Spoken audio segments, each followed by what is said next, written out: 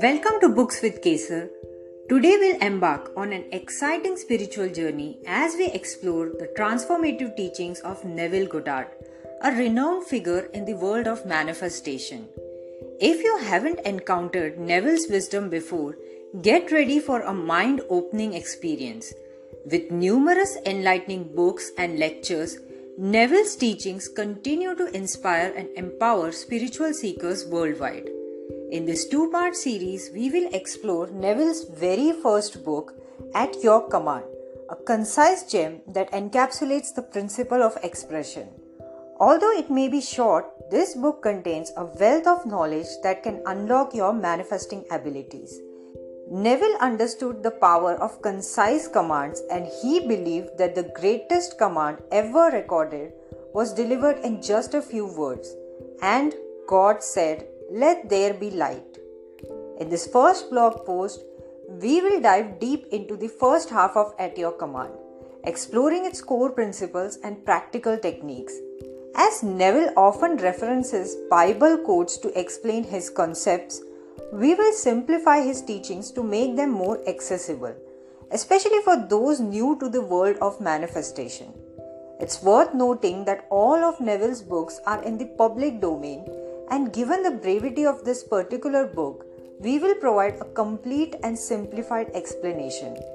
However, as At Your Command offers profound insights, we will be splitting our exploration into two parts. In this initial post, we will cover the first half of the book, and the remaining lessons will be explained in the next part. So stay tuned for the continuation of this captivating journey. Get ready to awaken the creator within you as we delve into the heart of At Your Command and uncover the secrets to manifesting your desires with clarity, confidence, and unwavering faith. Whether you are new to Neville Goddard's teachings or a seasoned enthusiast, this captivating journey promises to expand your understanding and set you on a path of empowerment and fulfillment. Let's begin. At Your Command, Lesson 1. The Power of Decreeing. Can you decree something and make it happen? Absolutely. Throughout history, man has been decreeing and manifesting things in his world, and he continues to do so as long as he is conscious of being human. Everything that appears in your world is a result of your decrees. Whether you realize it or not, this unchanging principle cannot be disproven. But remember, your decrees are not made through mere words or empty affirmations. They are made in consciousness. When you read the Bible from this perspective, you will discover that it's not merely a historical record or a biography of Jesus. It is a profound psychological drama unfolding within the human consciousness. Claim it as your own and watch as your world transforms from the deserts of Egypt to the promised land of Canaan. While everyone agrees that all things are made by God, there is disagreement about the identity of God. Different churches and priesthoods have varying opinions. However, Moses and the prophets were in complete agreement about the identity and nature of God. Moses understood God to be man's awareness of being. As he proclaimed, "I am has sent me on to you." David sang in his Psalms, "Be still and know that I am God." Isaiah declared, "I am the Lord and there is none else." The New Testament also reaffirms the awareness of being as God in numerous statements attributed to Jesus. Consciousness holds the power of resurrection. It brings forth into manifestation that which you are conscious of being. You are constantly outpicturing what you are aware of being. This truth sets you free, for you are either self-imprisoned or self-freed based on your conscious awareness.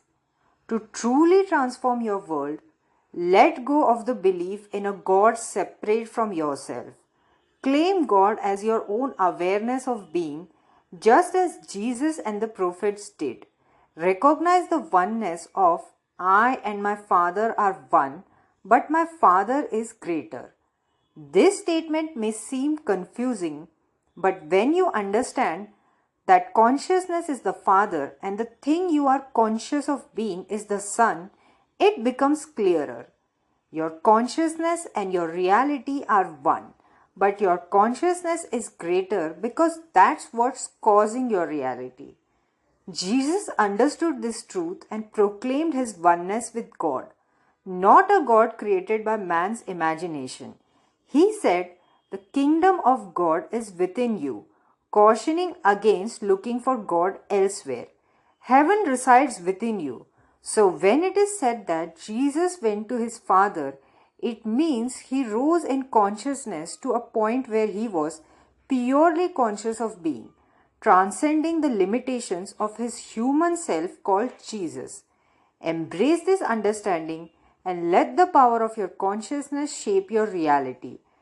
Recognize your oneness with God and unleash the transformative potential within you. At your command, Lesson 2: Unleashing the Power of Consciousness. Within the realm of awareness of being, all things are possible. As it is said, "You shall decree a thing and it shall come to pass." This means that by rising in consciousness to the naturalness of being the thing desired, you bring about its manifestation.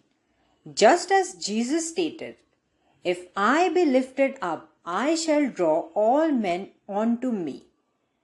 When you lift your consciousness to the state of the desired thing, you naturally draw its manifestation to you. Your consciousness acts as the Father that draws the manifestations of life into your experience. In this very moment, you are attracting into your world whatever you are currently conscious of being. This is why being born again is so significant. If you're unsatisfied with your current circumstances, the only way to change them is to shift your attention away from what seems real and rise in consciousness to become what you desire. You cannot serve two masters simultaneously. So by redirecting your focus, you let go of one state of consciousness to embrace another. The question, "Whom do you say that I am?" is not directed to a person named Peter by someone called Jesus. It is an eternal question addressed to your true being by yourself. In simpler terms, it asks, who do you believe you are? Your self-perception, your conviction about yourself determines how you express yourself in life. Jesus taught, "You believe in God, believe also in me." In other words, recognize that the me within you is this God. Prayer then is not about petitioning an external God but recognizing yourself as the desired state of being. You can now understand why many prayers go unanswered. People pray to a God they perceive as separate from themselves. For instance, if you are conscious of being poor and pray to a God for riches, you are rewarded with more poverty because that is what you are conscious of being. Prayers for success should be claims rather than pleas.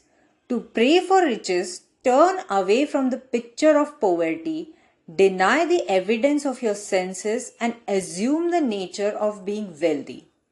Remember the instruction. When you pray, go within in secret and shut the door, and that which your Father sees in secret, with that he will reward you openly. Here the Father refers to your awareness of being, and the door represents your consciousness. To shut the door means to shift your attention from your current state of consciousness and claim yourself to be the desired state. Once you establish this claim with conviction, manifestations aligned with your claim will appear. Don't question the how of these manifestations. They will appear through consciousness. Jesus declared, "I am the way," indicating that consciousness is the path through which things appear. Signs always follow, never precede. Things exist only in consciousness, so gain the consciousness first, and the manifestation is compelled to appear. When you are advised to seek the kingdom of heaven first, it means to prioritize attaining the consciousness of your desires. Leave the actual things aside for now. This is what it means to decree a thing and have it come to pass. Apply this principle and experience the truth for yourself. The story of Mary symbolizes the story of every individual. Mary represents the awareness of being, which remains pure and untouched no matter how many desires it gives birth to. Consider yourself as this pure awareness, being impregnated by your desires and giving birth to them. For example, Mary knew not a man but conceived. Similarly, you may not have any reason to believe your current desires are possible, but by recognizing your awareness of being as God, you make that awareness your partner and conceive the manifestation of your desires. Maintain secrecy regarding your ambitions or desires, just as Mary was instructed not to tell anyone. Others may echo your present fears, so keep your desires to yourself. The second instruction from Mary's story is to magnify the Lord. Here the Lord refers to your awareness of being. Magnifying the Lord means expanding and revaluing your current conception of yourself until it becomes natural. Once this naturalness is achieved, you give birth to your desire by embodying the state you desire in consciousness. The story of creation is summarized in the first chapter of John. It begins with, "In the beginning was the Word." This beginning refers to the current moment where an urge or desire arises. The word represents the desire floating in your consciousness, seeking embodiment.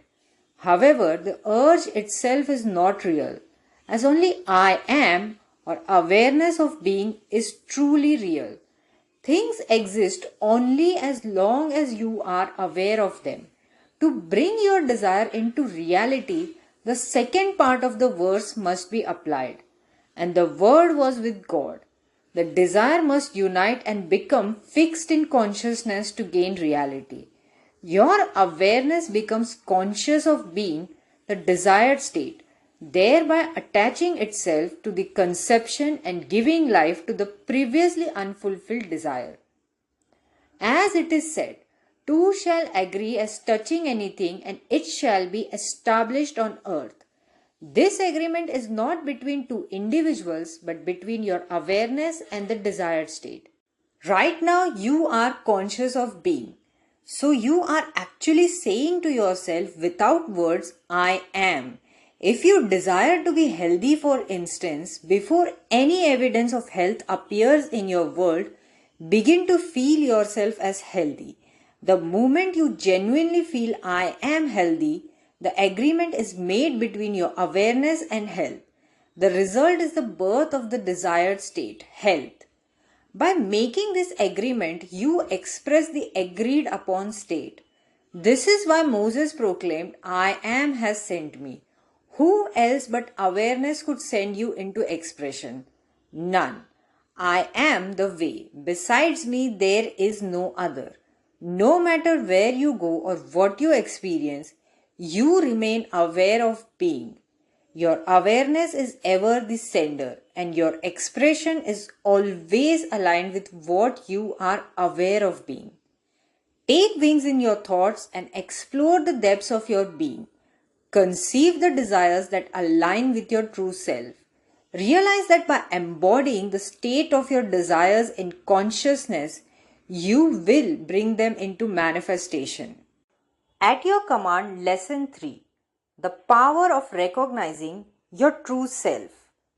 In this part of the book, Neville Goddard explores the profound teachings behind Moses' statement, "I am that I am."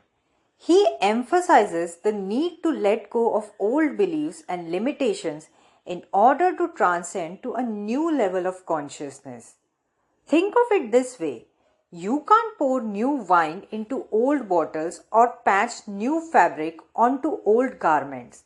Similarly, you can't bring the old version of yourself into this new consciousness.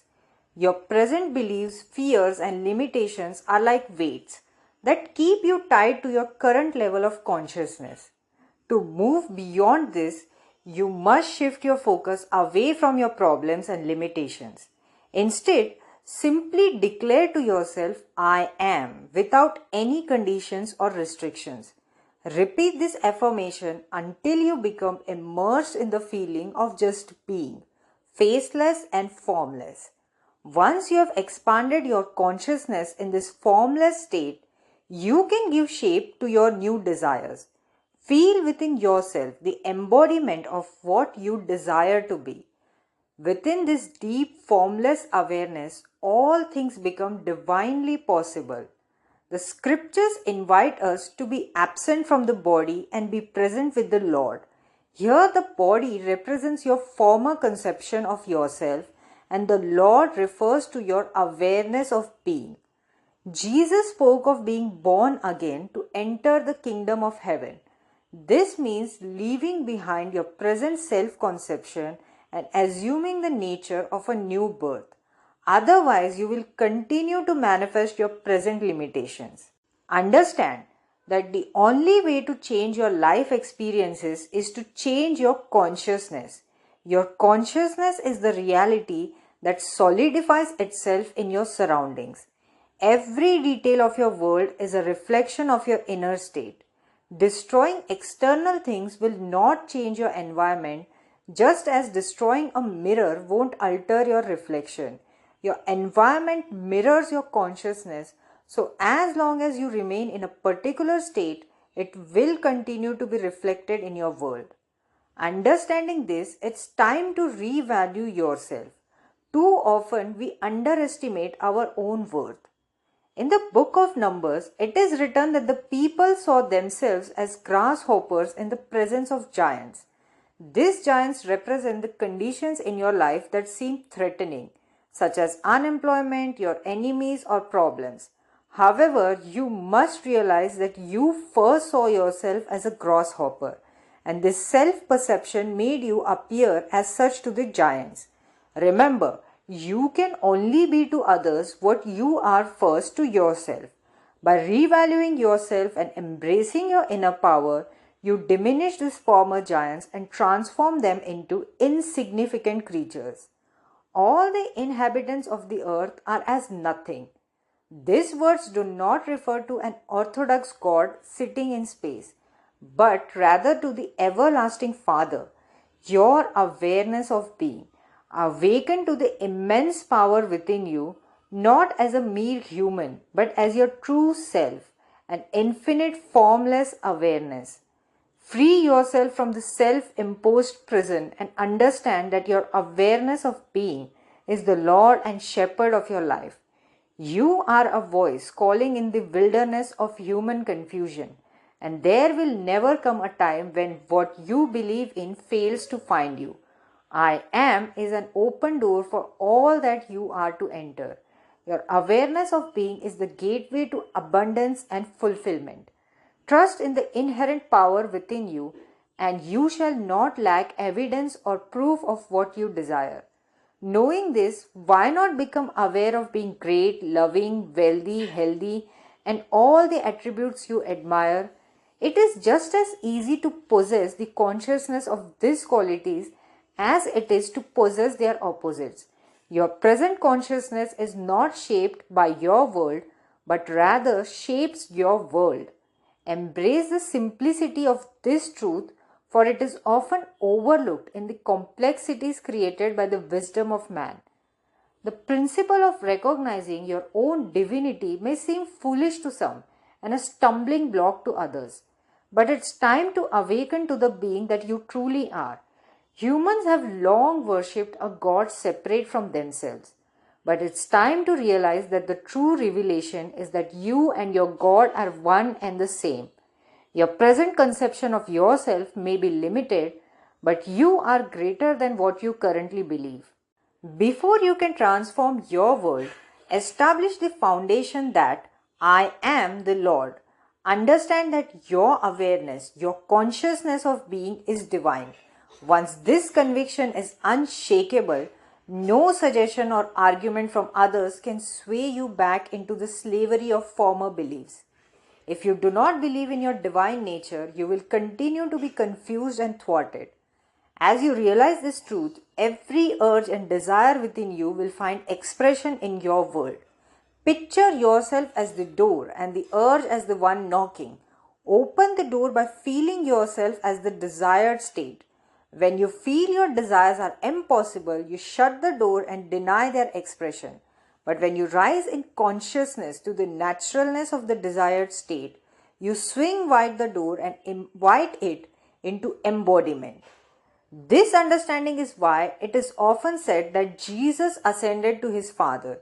Jesus, like you and me, found things impossible in his human form until he discovered his Father. His state of consciousness aligned with his desires. He left behind his former consciousness and rose to the state he desired, becoming one with it. In doing so, he expressed that desired state fully. Remember that you are like a garment, housing the impersonal being, the presence of God known as I am. Each garment has its limitations, but you can transcend those limitations and express what seems impossible for you as an individual. Shift your attention away from your present limitations or self-conception and merge yourself in the feeling of being that which you desire. The how of this transformation is beyond our understanding, so focus on embodying.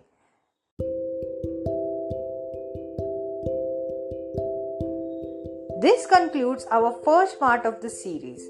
We have explored Neville Goddard's At Your Command, uncovering the power of self-acceptance and conscious manifestation. Stay tuned for the next part, where we'll continue decoding Neville's profound teachings, exploring lessons 4, 5 and 6. Until then, keep exploring, learning and embracing the abundant possibilities that lie ahead. May these teachings inspire your path to a life of fulfillment and purpose. Happy